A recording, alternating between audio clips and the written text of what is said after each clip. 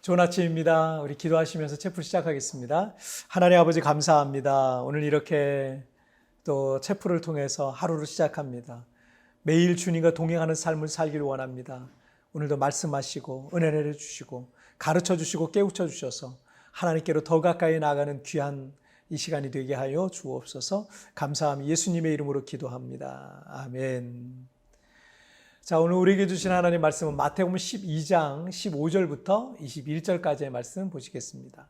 예수께서 아시고 거기를 떠나가시니 많은 사람이 따르는지라 예수께서 그들의 병을 다 고치시고 자기를 나타내지 말라 경고하셨으니 이는 선지자 이사야를 통하여 말씀하신 바 보라 내가 택한 종 곧 내 마음에 기뻐하는 바 내가 사랑하는 자로다. 내가 내 영을 그에게 줄 터이니 그가 심판을 이방에 알게 하리라. 그는 다투지도 아니하며 들레지도 아니하리니 아무도 길에서 그 소리를 듣지 못하리라. 상한 갈대를 꺾지 아니하며 꺼져가는 심지를 끄지 아니하기를 심판하여 이길 때까지 하리니 또한 이방들이 그의 이름을 바라리라 함을 이루려 하심이니라. 아멘. 러시아 우크라이나 전쟁이 9개월째 지금 계속되고 있는데 이 세계에서 가장 넓은 국토를 가졌고 또 군사력 세계 제2위인 이 강대국 이 러시아는 상대적인로 약자인 이 우크라이나를 침략했습니다. 그들은 로켓과 미사일을 통해서 학교와 병원, 거주지 무차별적으로 그런 민간 시설들을 파괴했고 수많은 우크라이나 시민들이 죽었고요. 또 이 우크라이나를 약탈했고 여성들에게는 성폭행을 행하고 또 죄 없는 어린아이들까지 살해하는 끔찍한 이 전쟁 범죄를 저질렀습니다. 거기에 지금은 이 전세가 좀 불리해지니까 무고한 수많은 사람을 학살할 이 핵단추에 지금 손을 올려놓고 있는 중입니다. 이 전쟁이란 것은 사람을 괴물로 만드는 것 같습니다. 근현대사에 있었던 전쟁들은 사람들이 극단적인 상황 속에 있어 얼마나 잔인해질 수 있었는지를 이미 우리에게 보여주고 있습니다. 제2차 세계대전 때 나치의 600만 명 학살이 그 대표적인 예죠. 그리고 일본의 731 부대의 인간 생체 실험 등을 그 예로 우리가 볼 수 있는데 그들이 인체 실험의 대상을 마루타라고 했어요. 통나무란 뜻이죠. 즉 이 정복군 일본은 포로들을 잡아서 생체 실험을 했거든요. 그 실험 대상자들을 사람이 아니라 통나무와 같은 실험 재료로 봤다라는 것이 참 정말 이해할 수 없는, 상상할 수 없는 그런 생각이죠. 이렇게 세상의 권력자들은 강한 자 앞에서는 비굴하지만 약한 자 앞에서는 더 잔인해지는 경향이 있습니다. 그래서 권력이라는 게 때로는 인간성을 상실하게 만들기도 합니다. 오늘 본문 이 마태복음 12장 15절을 보시면 예수께서 아시고 거기를 떠나가시니 많은 사람이 따르는지라 예수께서 그들의 병을 다 고치시고 예수님께서 안식일에 회당에서 이 손이 뒤틀린 사람을 치료해 주시니까 14절에 의하면 바리새인들은 어떻게 예수를 죽일까 의논을 했다라는 표현이 나와요. 기록이 나와요. 당시 유대는 완전한 종교적 사회였습니다. 그리고 그 중심에는 종교적 기득권자라고 할 수 있는 바리새인들이라든지 사두개인 같은 사람들이 있었고 그들은 정치적인 권력이 있었고요. 종교적인 권력을 갖고 백성들을 통치했어요. 이 백성들은 그 권력 앞에 복종하고 굴복하는 삶을 살았습니다. 하지만 이 권력을 의지하는 이들은요, 권력 자체가 신이 되기 때문에 그것은 세속적인 욕심과 또 이기심과 관계가 있습니다. 그래서 그들은 예수님이라는 존재가 메시아로 보이지 않고요. 그런 놀라운 일들을 눈앞에서 행하는데도 불구하고 메시아로 보이지 않고요. 눈의 가시처럼 여겨졌다는 거죠. 그래서 예수님은 많은 병자들을 치료해 줬어요. 그리고 살리셨어요. 그리고 그들에게 새로운 인생을 살게 하셨습니다.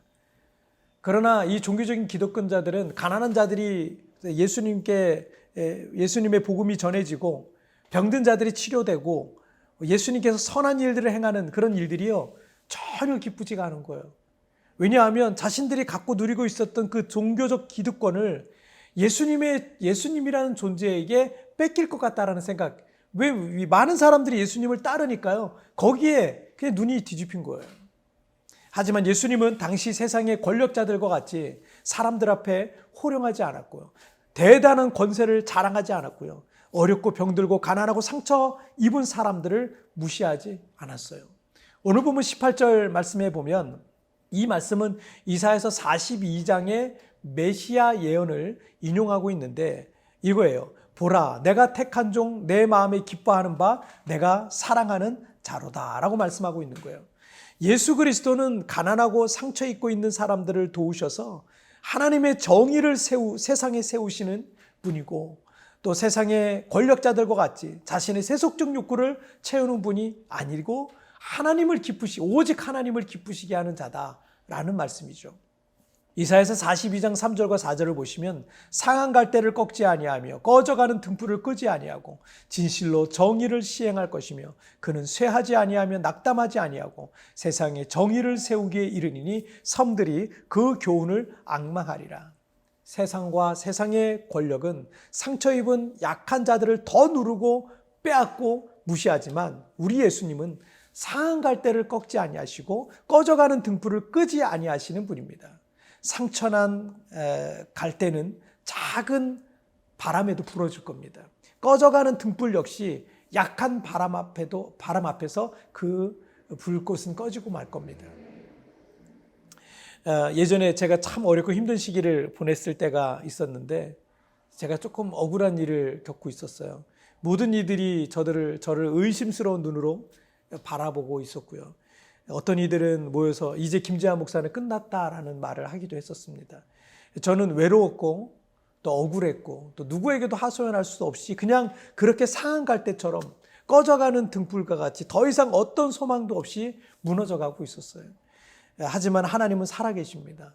하나님이 기가 막힌 방법으로 나를 기가 막힌 웅덩이에서 다시 건져주셨어요.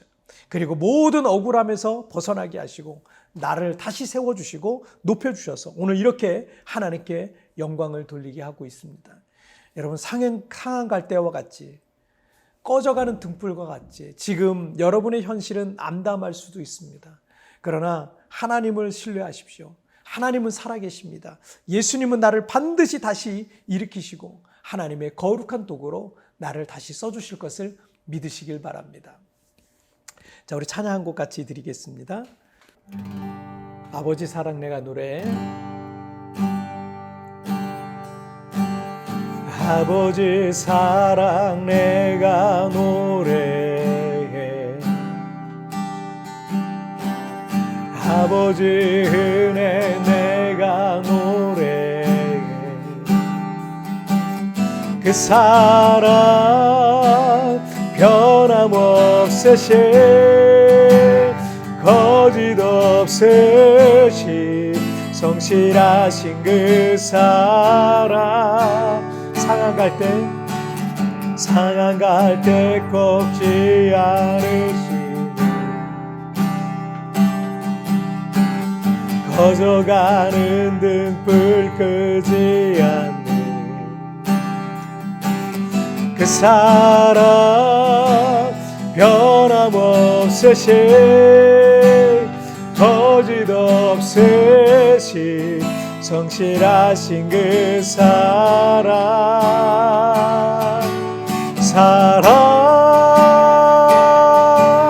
그 사랑 날 위해 죽으신 날 위해 다시 사신 예수 그리스도 다시 오실 그 사랑 죽음도 생명도 천사도 하늘의 어떤 권세도 끊을 수 없는 영원한 그 사랑 예수.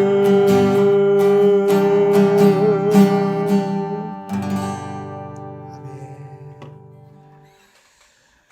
자, 우리 같이 기도하시겠습니다. 하나님 아버지, 때때로 우리는 상한 갈대와 같이 꺼져가는 등불과 같이 내가 내 능력과 내 힘으로 할 수 있는 게 아무것도 없는 연약한 그런 상태일 때가 있습니다.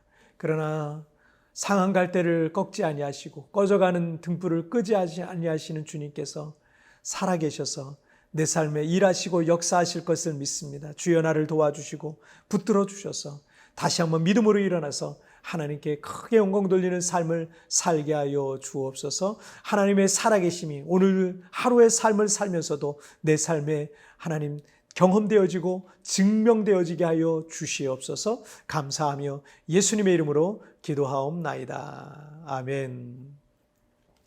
여러분 뒤편에 나오는 오늘의 묵상 보시면서 개인적으로 묵상하시고요. 짧게라도 뜨겁게 기도하시면서 오늘 주님과 동행하시길 바랍니다. 우리 내일 굿모닝 치프에서 뵙겠습니다. 여러분 승리하세요. 상한 갈대와 같이 꺼져가는 등불과 같이 지금 여러분의 현실은 암담할 수도 있을 것입니다. 그러나 하나님을 신뢰하십시오. 예수님은 나를 다시 일으키시고 하나님의 거룩한 도구로 써주실 것입니다. 상한 갈대와 같고 꺼져가는 등불과 같은 나의 인생 속에 내가 굳게 신뢰하고 있어야 할 부분은 무엇입니까?